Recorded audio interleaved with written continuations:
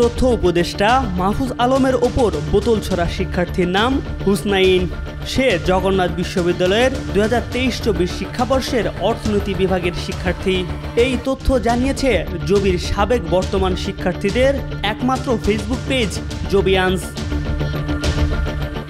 জবিয়ান্স জানায়, আপনারা অনেকেই বলেছিলেন কবি নজরুল সরকারি কলেজে ইন্টারে থাকাকালীন ছাত্রলীগের মিছিল মিটিংয়ে সে সক্রিয় ছিল, কিন্তু হুসনাইন জানিয়েছে সে কোনো ধরনের রাজনীতির সঙ্গে যুক্ত না। শুরুতে তাকে শিবির বলে প্রচারণা হয়েছিল, সে কোনোদিন শিবির করেনি।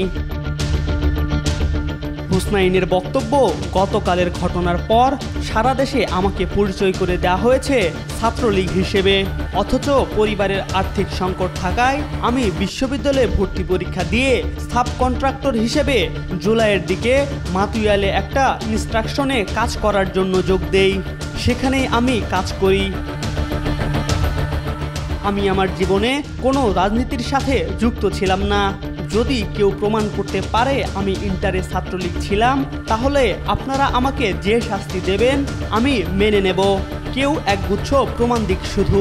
আমার সাথে যারা ইন্টারে পড়েছে তাদেরকে জিজ্ঞেস করুন আমাকে কখনো কারো প্রতি ক্ষোভ ছিল এটাও প্রমাণ করতে তারা পারবে না।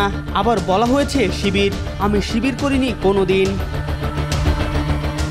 আমি জুলাইয়ে মাতুয়ালে জুলাই আন্দোলনে যোগ দেই, এমনকি আমি সেখানে পুলিশের হাতে ধরাও খেয়ে যাই। আমার মোবাইল রেখে দেয় পুলিশ, পরে সব ডিলিট করে আমাকে ফোন ফেরত দেওয়া হয়। গতকাল জবির আন্দোলনে আমার হাতের আঙ্গুল ভেঙে যায়, আমি তাও ব্যথা নিয়ে সেখানে ছিলাম। উপদেষ্টা মাহফুজ আলম যখন বক্তব্য দিচ্ছিল তখন সবাই ভুয়া ভুয়া স্লোগান দিচ্ছিল।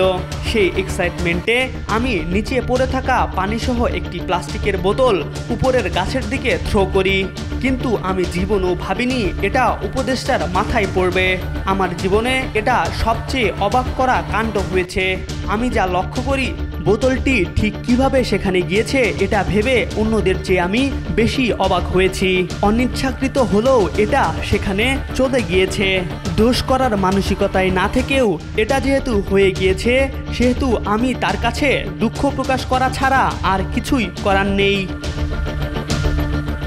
জবি শিক্ষার্থীরা বলেছেন, একটা বোতল তাও আবার খালি, সেটা নিয়ে সবাই এমনভাবে লেখালেখি করলেন যেন পারমাণবিক বোমা পড়েছে। একেবারে সবাই লম্বা লম্বা কলাম লেখেন, তা নিয়ে কারো আপত্তি নেই।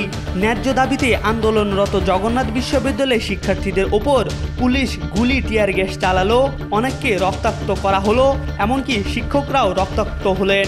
সেটা নিয়ে কয়জন লেখালেখি করেন নাই, কারণ আপনাদের কাছে শিক্ষার্থীদের রক্তের চেয়ে একটা শূন্য বোতলের গুরুত্ব বেশি। ক্ষমতা না জনতা স্লোগান যখন দেন আপনাদের মন তখন ক্ষমতাই বলে।